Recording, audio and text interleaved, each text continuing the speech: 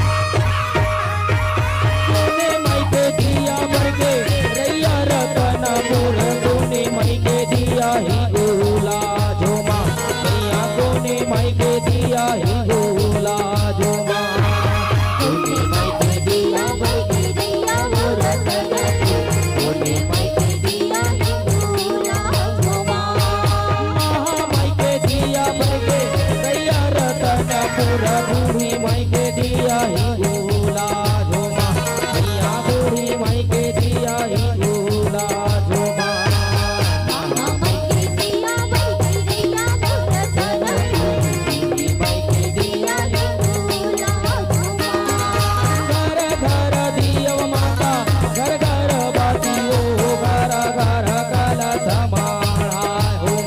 मैया घर घर कलश माला हो माँ मैया घर घर कलश जला हो माँ मैया घर घर कलश माला हो मैया घर घर कलश माला